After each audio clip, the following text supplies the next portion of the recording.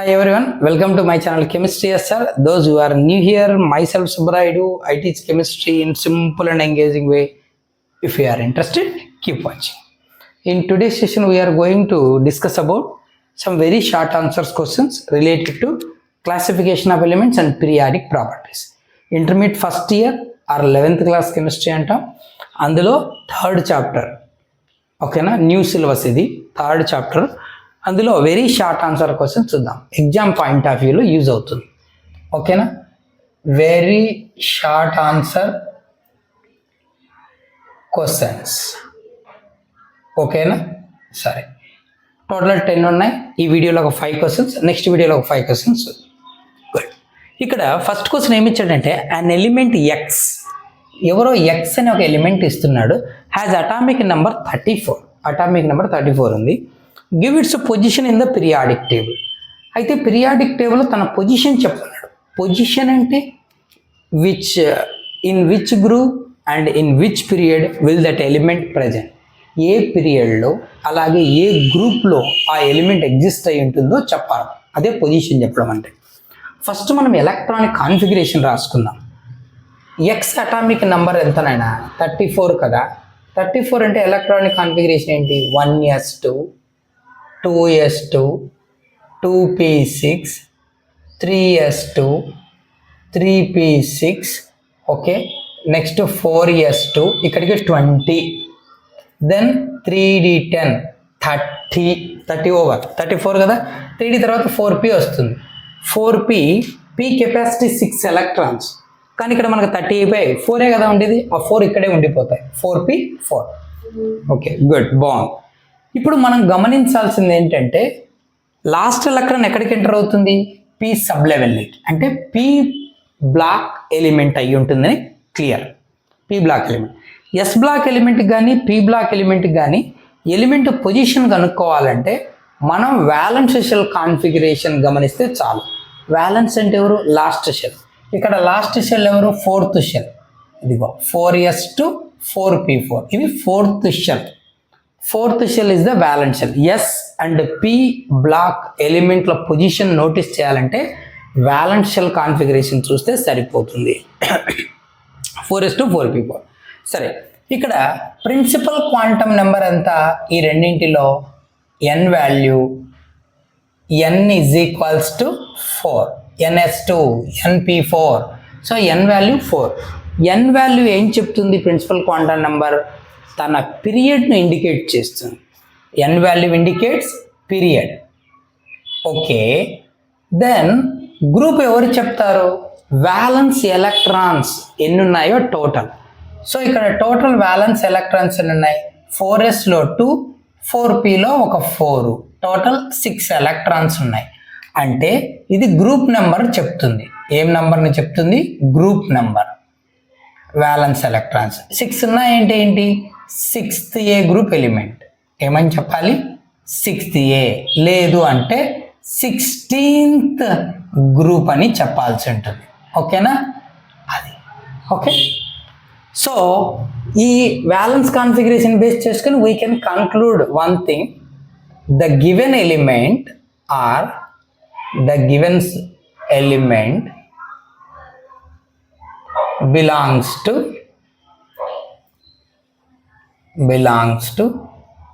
4th period. n value 4 got 4th period and 16th group in the periodic table.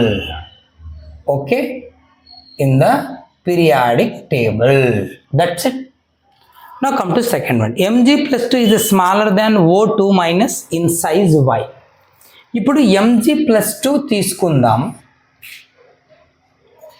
O2- తీసుకుందాం. రెండింటిలో electrons ఎన్ని ఉన్నాయి, protons ఎన్ని ఉన్నాయి చూద్దాం. మెగ్నీషియంలో ప్రోటాన్స్ ఎన్ని ఉంటాయి? Atomic number 12. ఆక్సిజన్లో ఎన్ని ఉంటాయి? 8. అటామిక్ నెంబర్ 8 కాబట్టి. ఎలక్ట్రాన్స్ చూద్దాం. -2 అంటే gain of 2 electrons. So total 10 electrons అయ్యాయి. Mg+2 అంటే loss of 2 electrons. 12 protons, 12 electrons ఉంటాయి when magnesium exist as a neutral atom. ఆటంలో 2 ఈక్వల్ ప్రోటాన్స్ ఎలక్ట్రాన్స్ 12 ఉంటాయి. +2 అంటే 2 ఎలక్ట్రాన్స్ లాస్ అయిపోయింది అంటే ఇంక ఎన్ని ఎలక్ట్రాన్స్ ఉంటాయి? 10 ఉంటాయి.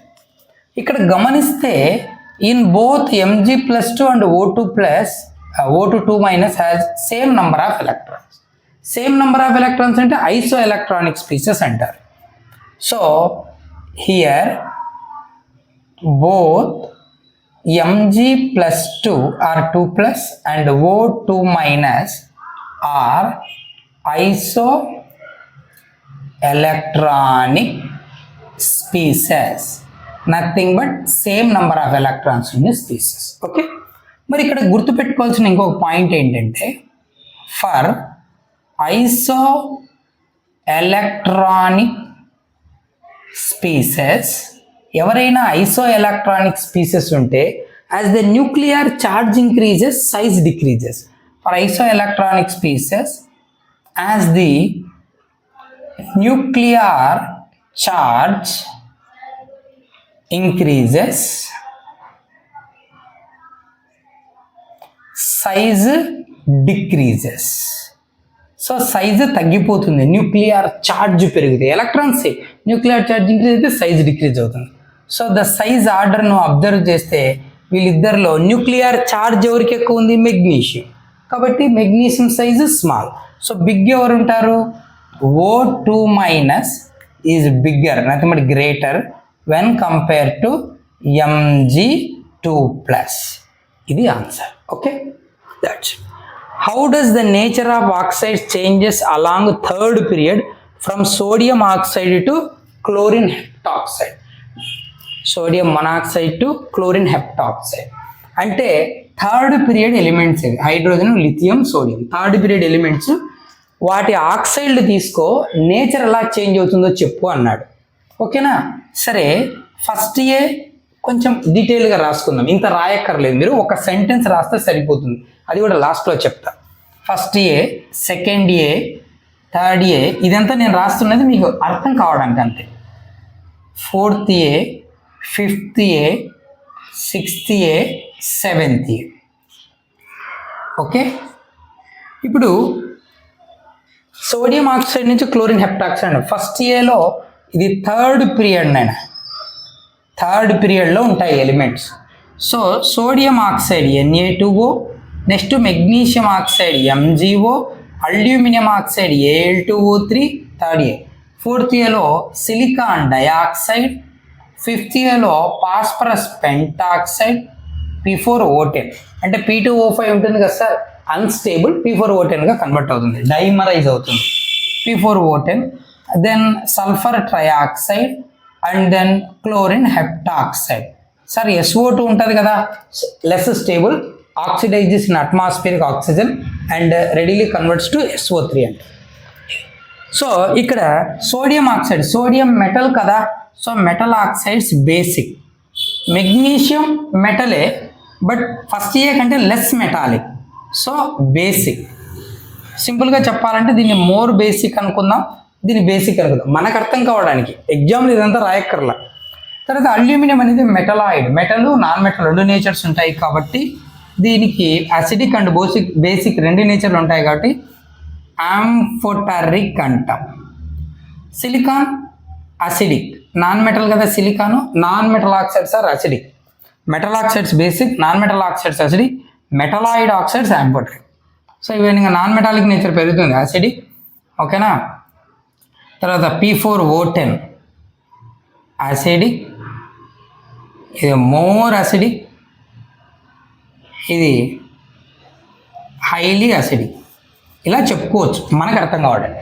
సో దీన్ని బట్టి నువ్వు స్టేట్మెంట్ ఏం రాయొచ్చు, ఇదంతా రాయక్కర్లేదు నీ అండర్స్టాండింగ్. ఎగ్జామ్లో మనం ఏం రాయొచ్చు అంటే in third period from sodium oxide to chlorine heptoxide basic nature decreases but acidic nature increases అని రాస్తే చాలు. ఓకేనా? Third period, in third period from Na2O to Cl2O7 basic nature of oxides decreases and acidic nature increases అని రాస్తే సరిపోతుంది. ఓకేనా. Fourth question, consider the following species అని కొన్ని స్పీసెస్ ఇచ్చాడు. N3 - O2 - Na + Mg2 + and Al+3. What is common in them? వాటిలో common thing ఏముంది? Arrange them in increasing order of their ionic radii. ఈ అయాన్ల రేడియై ఇంక్రీజ్ అయ్యే డైరెక్షన్లో arrange చేయి. చూద్దాం. ఫస్ట్ ఇచ్చిన స్పీసెస్ నోట్ చేద్దాం. సో ద గివెన్ స్పీసెస్ ఏమిచ్చాడు? Species N3 - O2 - then Na + Mg2 + and Al3+. ఇచ్చిన స్పీసెస్ నోట్ చేసి ఇప్పుడు వీటిలో ప్రోటాన్స్ ఎన్ని ఉన్నాయో నోట్ చేద్దాం ఫస్ట్. దెన్ ఎలక్ట్రాన్స్ నోట్ చేద్దాం. తర్వాత ఆ 2 క్వశ్చన్స్కి ఆన్సర్ చేద్దాం. నైట్రోజన్ అంటే అటామిక్ నెంబర్ 7 కదా, 7 ప్రోటాన్స్ ఉంటాయి. Oxygen 8, sodium 11, magnesium 12, aluminium 13. అయాన్గా కన్వర్ట్ అయిన అటామిక్ నెంబర్ ఫిక్స్ కదా, ప్రోటాన్ నెంబర్ ఫిక్స్. ఎలక్ట్రాన్స్ ఇది ఆటమ్ అయింటే 7 ప్రోటాన్స్ 7 ఎలక్ట్రాన్స్ అని రాసేవాళ్ళం, 7 అని. కానీ ఇక్కడ ఇది ion 3- minus means gain of electrons, negative charge అంటే 3- nothing but 3 electrons are gained. అప్పుడు టోటల్ ఎలక్ట్రాన్స్ ఆల్రెడీ 7, ఇప్పుడు ఒక 3, టోటల్ 10 ఎలక్ట్రాన్స్ అవుతాయి. ఇక్కడ బేసిక్గా 8 electrons are present in oxygen atom. By getting -2 charge means gain of 2 electrons. So 8 + 2 which is equals to 10 electron. 11 plus means loss of 1 electron. Basically 11 protons 11 electron, plus means loss of 1 electron. So ఒక electron loss అయింది కదా, తీసేద్దాం. Again 10 electron. Magnesium 12 protons 12 electrons magnesium ఆటంలో, +2 ion. +2 means loss of 2 electrons. Lost కదా కాబట్టి తీసేద్దాం. So we get 10 electrons again. 13 + 3 means loss of 3, again 10 electrons. So the common thing is all these species have same number of electron. అది ఇప్పుడు isoelectronic species. ఇప్పుడు రాద్దాం. ఏమన్నాడు?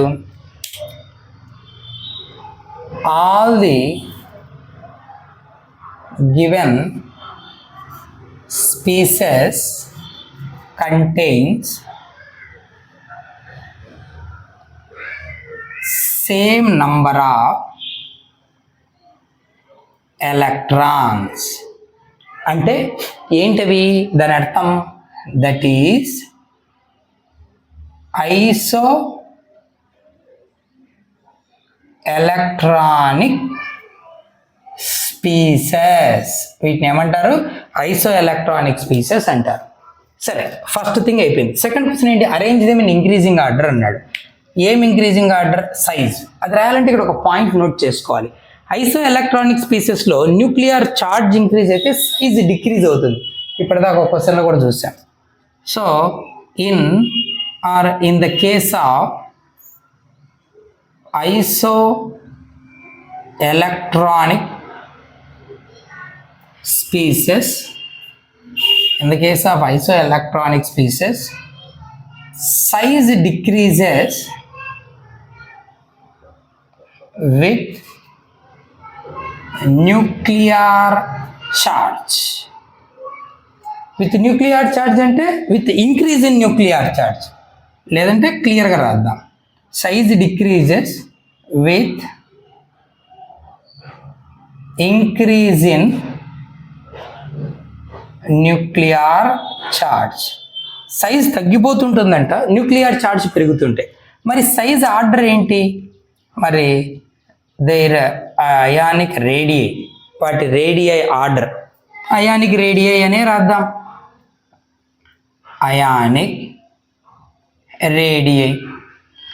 Okay. So size ఎలా ఉంటుందని చెప్పాము? న్యూక్లియర్ ఛార్జ్ పెరిగితే size decrease అవుతుంది అన్నాం. అంటే ఇది చాలా చిన్నది. ఎవరు బిగ్? ఇది బిగ్. అంటే అది కదా రివర్స్లో రాయాలి. So very small because 13 units protons ఉన్నాయి. 10 ఎలక్ట్రాన్స్ అన్ని చోట్ల, కానీ ఇక్కడ 10 ఎలక్ట్రాన్స్ను 7 ప్రోటాన్స్ అట్రాక్ట్ చేస్తే ఇక్కడ 8 అట్రాక్ట్ చేస్తాయి, ఇక్కడ 11, ఇక్కడ 12, అక్కడ 13 అట్రాక్ట్ చేస్తాయి. సో సైజ్ బాగా తగ్గిపోతుంది. సో అయానిక్ రేడియా ఇప్పుడు నువ్వు అబ్జర్వ్ చేస్తే Al+3 Mg+2 Na+O2- N3-. So ఇక్కడ న్యూక్లియర్ ఛార్జ్ ఎక్కువ కాబట్టి సైజ్ స్మాల్, దీనికంటే Mg+2 కొంచెం బెటర్, దానికంటే Na+ ఇంకా better, big. O2- nuclear charge ఇంకా తగ్గింది కాబట్టి ఇంకా బిగ్. N3- న్యూక్లియర్ ఛార్జ్ ఇంకా తక్కువ కాబట్టి చాలా big. This is the size increasing order. చివరిగా నేమ్ ఎనీ 2 బ్రిడ్జ్ ఎలిమెంట్స్ అంటారు.